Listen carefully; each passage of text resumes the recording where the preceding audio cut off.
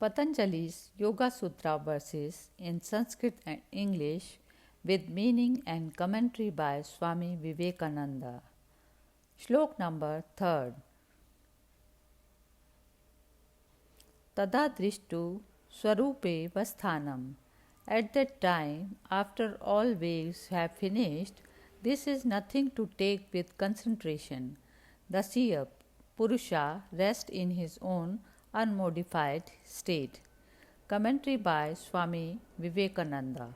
As soon as the waves have stopped and the lake has become quiet, we see its bottom. So, with the mind, when it is calm, we see what our own nature is. We do not mix ourselves but remain our own selves. Shlok number 4th. Vritti sarupya mitratra. At other times, other than that of concentration, the seer is identified with the modifications. Commentary by Swami Vivekananda. For instance, someone blames me. This produces a modification, vritti in my mind, and I identify myself with it, and the result is misery. Shlok number 5th. Vrittya panchatattaya kilishta.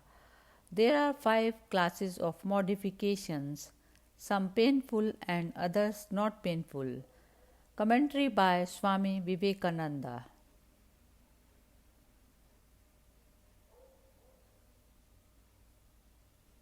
Shlok number 6th. Praman viparya vikalp nidra smritya. These are right knowledge, indiscrimination, verbal delusion, sleep and memory. Shlok number 7th. Pratyakshanu managama pramanani. Direct perception, inference, and competent evidence are proofs. Commentary by Swami Vivekananda. When two of our perceptions do not contradict each other, we call it proof. I hear something, and if it contradicts something already perceived, I begin to fight it out and do not believe it. There are also 3 kinds of proof. Pratyaksha, direct perception. Whatever we see and feel is proof. If there has been nothing to delude the senses, I see the world. That is sufficient proof that it exists. Secondly, Anumana, inference. You see a sign and from the sign you come to the thing signified. Thirdly, Apata Vakya, the direct evidence of the yogis, of those who have seen the truth. We are, all of us, struggling towards knowledge. But you and I have to struggle hard and come to knowledge through a long, tedious process of reasoning. But the yogi, the pure one, has gone beyond all this. Before his mind, the past, the present, and the future are alike. One book for him to read, he doesn't require to go through the tedious processes for knowledge we have to. His words are proof because he sees knowledge in himself. These, for instance, are the authors of the sacred scriptures. Therefore, the scriptures are proof. If any such persons are living now, their words will be proof. Other philosophers go into long discussions about apat vakya, and they say what is the proof of their words.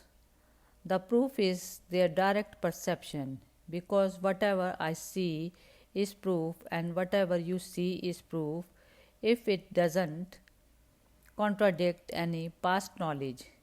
There is knowledge beyond the senses, and whenever it doesn't contradict reason and past human experience that knowledge is proof. Any madman may come into this room and say he sees angel around him. That would not be proof. In the first place, it must be true knowledge, and secondly, it must not contradict past knowledge, and thirdly, it must depend upon the character of the man who gives it out.